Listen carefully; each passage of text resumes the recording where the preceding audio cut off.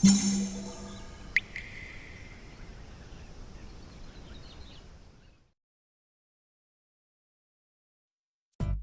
うも、底辺アクアリスト黄昏です。皆さん、製化石をふんだんに使って立ち上げたニューラージパールグラスの山岳レイアウト水槽は覚えていますでしょうか？最初に立ち上げの動画を出したのが5ヶ月半前の4月15日ということで、あれからだいぶ時間が経ちました。最後に投稿したのは7月31日に出したニューラージパールグラスの調子がすこぶる良くて、しだれまくって石の輪郭がぼやけているという動画です。もう忘れちゃったよって方は、ぜひ概要欄の再生リストから振り返っていただければと思います。いろんな動画を作りたすぎて水槽ごとの報告がなかなか遅れてしまっているんですが、立ち上げた水槽はすべて必ず最後まで成り行きをお見せしますのでご安心ください。というわけで今回は、そんな順調すぎて困っちゃうぜとか息巻いてた中終わった山岳レイアウト水槽の現状を包み隠さずお話ししていきます。それでは少しだけおさらい。立ち上げからニューラージパールグラスの植栽を行い、約20日間ミスト式で管理し、注水後1ヶ月までを前回の動画ではお話ししました。その時はだいぶニューラージパールグラスの状態も良く、若干苔は生えてきていましたが、全然許容範囲内といった感じ。そろそろエビを入れても引っこ抜かれないだろうということで、ヤマトヌマエビを投入したところで終わってます。それから1週間後の映像がこちら。せっせと掃除をしてくれています。ちなみにここでちらっと映っていますが、いまいましいスネールが顔を出しています。組織培養水草しか使ってないのになんでスネール湧くんだよって思われるかもしれませんが、これは立ち上げの際に使用した外部フィルターが原因です。今回の水槽は試験的にアマゾニアソイルオンリーで立ち上げており、最初の立ち上がりが不安定になることが予想されました。そういったことを見越してリセットした際、外部フィルターの中身はそのままにし、他の水槽に一時的に設置していたんです。こうすることでろ過バクテリアたっぷりの露剤を注水直後から使用できるというわけですね。実際に効果はあり、たっぷりアマゾニアソイルを使っておまけに石も20キロ近く入れたにもかかわらず、立ち上げ初期から厄介な苔にも悩まされずに来ていました。ただその結果、外部フィルター内で繁殖していたクソスネールまで持ち込んでしまう結果に。なんとなく覚悟はしていましたが、こういうことがあるからスネールの根絶は難しいんです。それこそ前回の動画では、肉を切らせて骨を断つ理論でキュプラミンという劇薬を使ってスネールを抹殺していったんですが、それくらいしないと奴らは死にません。コメントでスネール食べる生態入れれば根絶できるから薬剤なんていらんっていう方が結構いたんですが、動画内でも散々言ってるようにフィルター内にまで繁殖してるから意味ないです。逆にフィルター内に入ってスネールを蹂躙してくれる生態がいたら教えてほしい。実際にトウマシーを入れれば、自分が手を焼いているヒラマキガイも見かけ上はいなくなります。ただトウマシーがいなくなると、どこからともなくスネールは出てくるので、結局その場しのぎなんですよね。正直コメントで言われているような方法は全てやっており、それでも殲滅できないから最終的に薬品を使う決断をしたわけです。未だにイライラさせられているスネールが生体導入するだけで簡単に殲滅できるなら、そんなに幸せなことはないんですけどね。ということで、ここからは魔のスネール抹殺作戦実行期間に移ります。詳しいやり方は前回と前々回の動画でお話しているので、そちらを見てやってください。ざっくり言うと、キュプラミンという銅添加剤でスネールを抹殺しようという作戦です。銅は無脊椎動物全般に絶大な効果を発揮するため、今までせっせと働いてくれたヤマトヌマエビは一旦避難してもらうことになります。お仕事中に申し訳ないんですが、回収していきます。回収自体も結構大変で、すべての水槽のヤマトヌマエビを一箇所に集めないといけない関係上、だいぶ日にちがかかりました。この水槽は比較的楽な方ですが、それでも左手前の洞窟部分に入られると打つ手がなくなります。しばらくすると警戒心を解いて出てくるので、捕まえること自体は時間をかければいけます。しかし、流木などで入り組んでたり、有形層もりもりの水槽だと、ちゃんと全て回収できたか確認することですら難しいので、しょっぱなから心折れそうになりましたね。一匹くらいいいかなとか一瞬頭をよぎりましたが、クソスネールのせいでエビが犠牲になるのは避けたいということで、一匹残らず回収しました。ということで、ここの水槽には生態が一匹もいなくなったので、心置きなく薬剤を投与できる環境になりました。生態がいないことでしっかり添加でき、順調にスネールも駆逐されていってとても気分が良かったんですが、投与1週間が経過したところで異変が。ニューラージュパールグラスにところどころ穴が開き、色も黄色になってきたんです。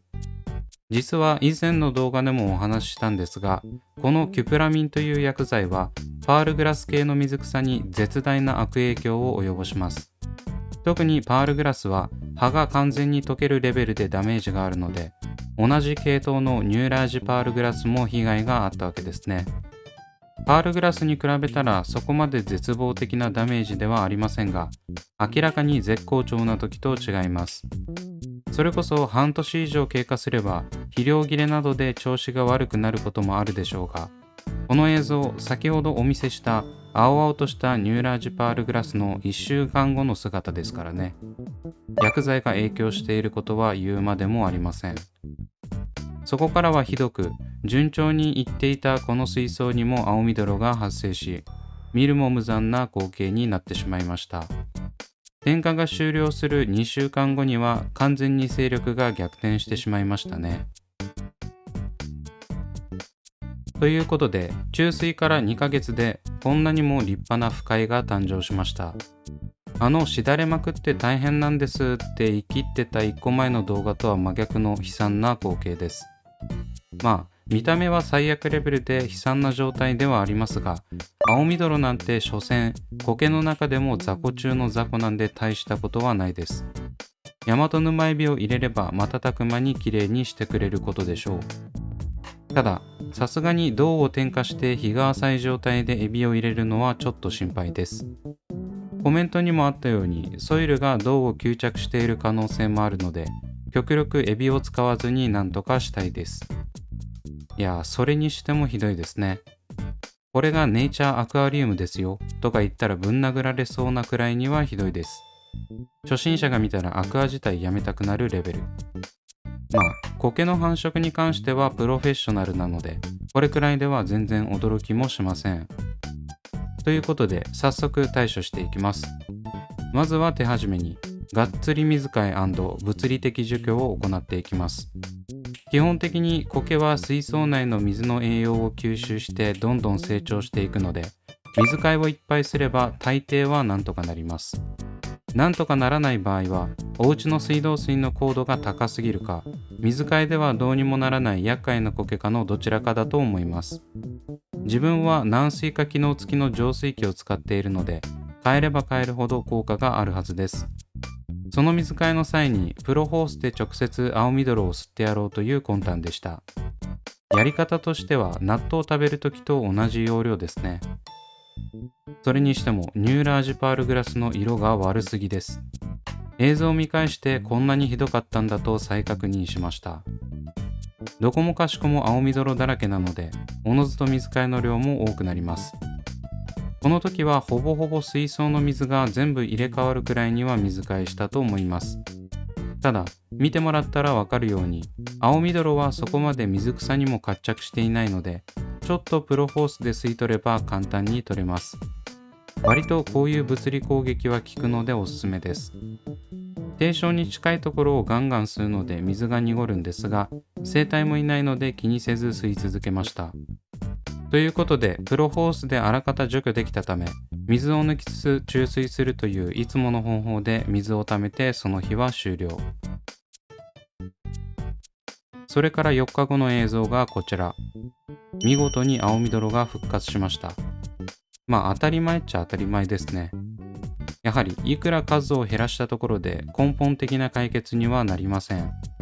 うすうす分かってはいたんですが、最弱青み泥でさえ人間の手だけでは対処するのにも限界があるようです。この青みどろがたなびく姿は水流が可視化できてなんとなく風情があるようにも見えますが、苔には変わりないので次の手を打っていきます。ということで登場するのがこちら、大和沼エビ避難水槽です。全水槽にキプラミンを投与したことで行き場をなくした100匹の大和沼エビを収容している水槽ですね。今まで100均のザリガニの餌という美味しい高級ご飯を食べさせていたんですが、そろそろ仕事をしてもらいます。さすがにキプラミン投与から1週間以上経過しているので大丈夫だと思います。皆さんはくれぐれもキプラミン入れた後は数日様子を見てからエビを入れてくださいね。今回は20匹の大和沼エビに頑張ってもらいます。結構大きめのをチョイスしたのでやってくれることでしょう。それでは青みどろ水槽に投入。これが俗に言うエビシャワーというやつですね。この生体導入のブワーっと出る感じ好きです。投入直後の映像がこちら。投入して早々しっかり働いてくれています。まだ慣れてないようで少しいそいそしている個体もいますが、時期に慣れるでしょう。こんな感じでしっかりつまつましてくれていますね。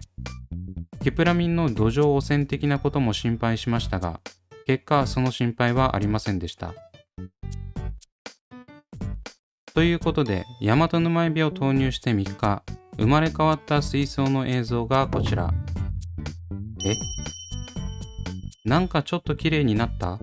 と思ったんですが、気のせいでした。苔取り能力に関しては右に出るものがいない大和沼エビを入れたのに、どうして駆逐できなかったのかと思われるかもしれませんが、原因は明白です。数が足りませんでした。基本的に生態で苔を駆除する場合は、苔の繁殖スピードを超える速さで苔取り生態が食べていかなければいけません。さすがにこの量の青みどろを大和沼エビ20匹ではどうすることもできなかったようですね。というわけで、青みどろに完全敗北してしまったこの水槽なんですが、ご覧の通りニューラージパールグラスの色も悪く悲惨な状態です。こんなことになるならスネール駆除に薬剤なんて使わなければよかったじゃんと言われるかもしれませんが、まあ結果論です。自分もここまでの状態になるとは思っておらず、完全に想定外でした。